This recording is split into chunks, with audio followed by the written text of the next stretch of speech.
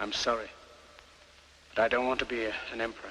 That's not my business. I don't want to rule or conquer anyone. I should like to help everyone if possible. Jew, Gentile, black man, white. We all want to help one another. Human beings are like that. In this world there's room for everyone, and the good earth is rich and can provide for everyone. The way of life can be free and beautiful, but we have lost the way. Greed has poisoned men's souls, has barricaded the world with hate. We think too much and feel too little. We think too much and feel too little. More than machinery, we need humanity. More than cleverness, we need kindness. Without these qualities, life will be violent. And all will be lost. All will be lost. Do not despair.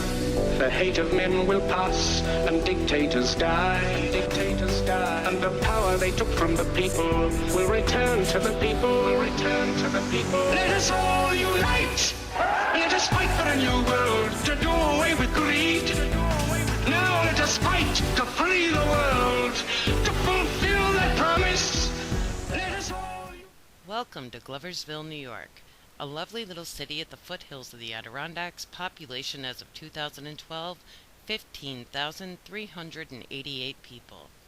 This is the mayor's office of Gloversville. Oh look, there's the mayor. His name is Mayor Dayton King. It seems something is wrong in Gloversville. Let's take a tour and see if we can figure it out. As you can see, Gloversville is filled with many historical buildings.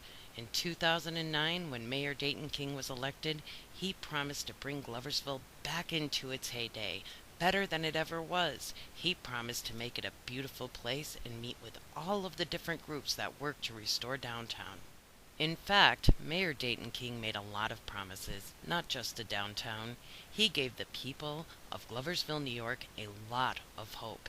He said he is the new blood, the young blood. He was going to make things better, and sure enough, those promises got him elected. Not everyone agreed with that. Not everyone agreed he was elected fairly. In fact, from a letter dated February 3rd, 2010, a nice gentleman tells us the true statistics. Mayor Dayton King was elected with only 1,003 votes of the possible 7,473 registered voters. That means 13.5% of Gloversville voted for him. Only 13.5%? That can't be right, can it? But in fact it is. It's exactly right. 86.5% of the population did not want Dayton King to be the mayor. The most bizarre fact about all of this is Mr. Dayton King, soon to be Mayor Dayton King, had no prior history working in government. He had no experience, not even a business education. Mr. Dayton King did, however, work at Amsterdam Print. He left Amsterdam Print to work for Walmart Distribution Center, and then eventually he left Walmart Distribution Center under circumstances he calls voluntary termination. Regardless of his prior history, regardless of the fact that he wasn't ready to be mayor, he was now Mayor Dayton King, and he was in charge of making a budget that was worth millions of dollars. Equally disturbing, Mr. James Robinson was voted for by only 15.5% of the registered voters, and he was now councilman at large. And it only got worse. The 3rd and 5th Ward council seats were also awarded to those in last place with Dayton King's endorsement. They also had no experience in government. The voters were not happy. Mayor Dayton King had a PR problem, and he knew this long before he was sworn in. So the moment he was elected, he started showing up for every photo opportunity he could. The newspaper was quoting him almost every other day. Sometimes it was every day. And that wasn't all. He started making promises. He promised cooperation. In fact, he said cooperation was key between all of the departments in order for Gloversville to run correctly. He said he would like to see more cooperation to the point of turning the county, with the attractions of its lakes, into more of a true destination for tourists, like a Lake George or a Glens Falls. Before the mayor was sworn in, there were so many stories. In fact, there were so many stories I think we should count them. 1, 2, 3, 4.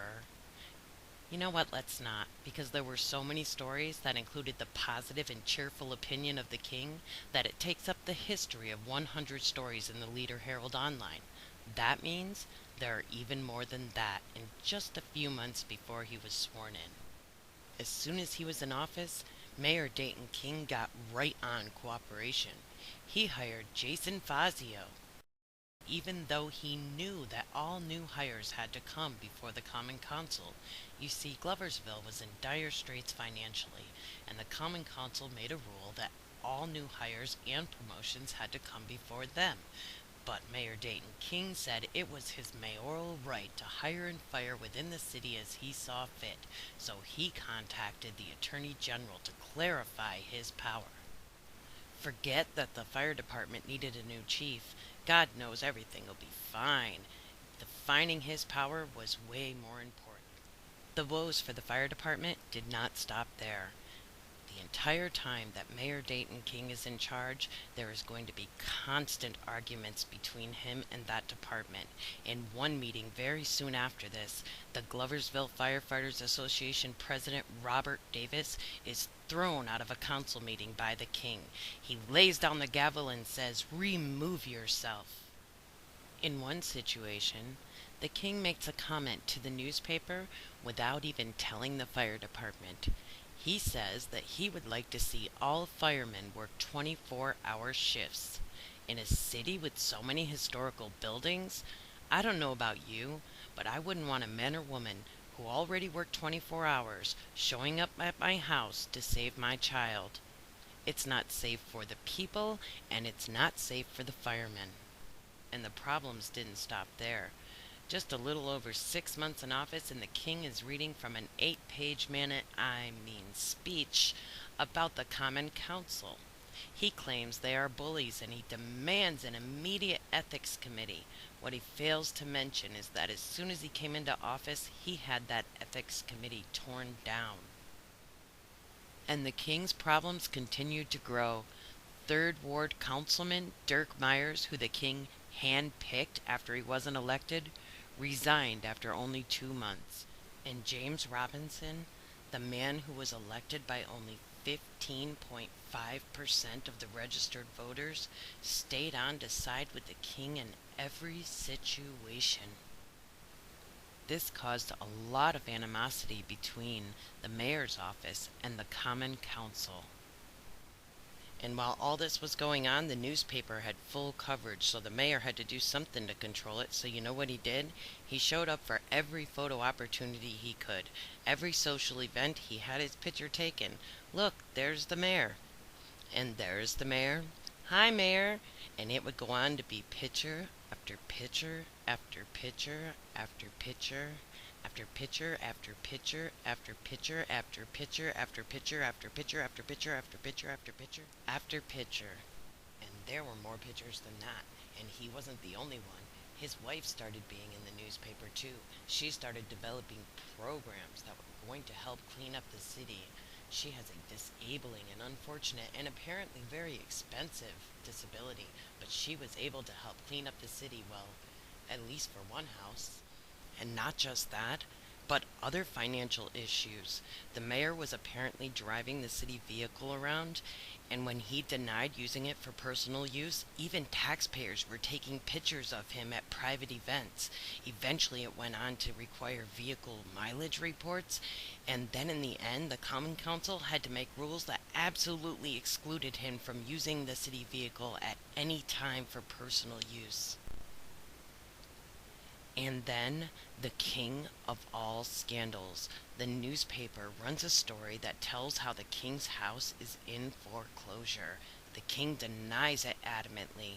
He says, absolutely, this is a mistake. But they file with the city to foreclose on his home, and he has to tell the truth. So he says that he's in dire straits financially. He can't control his budget. but he blames it on a family health issue. And it was then that a very important question began to rise. If the mayor can't handle a tiny little home budget, how is he managing a budget for a city worth millions of dollars? And if that's not enough, the newspaper is having a circus. The mayor can't get along with the DPW, the transit department, the police department, the common council, or even the fire department. We've lost major department heads and people who were great assets to this city. So the mayor can't get along at home with his budget. He can't get along with anyone in the city. He can't get along with the city of Johnstown. And what is the cost of this to taxpayers? Hundreds of thousands of dollars get returned to the state because the king doesn't know what he's doing. Taxpayers pay for grievances within the city because the king can't get along with his departments. Taxpayers pay for a lawsuit by an employee who the king put in place, but he wasn't qualified. The Common Council warned him the state would remove him. When he was removed, he sued the city. And what about jobs? The mayor always uses Walmart as his speaking point. But the truth is, Walmart was planned long before the king came into office. In fact, the only thing the mayor did was hold it up for so long, holding up your jobs. And now Phage Yogurt wants to come in. This has been going on almost as long as the king has been mayor.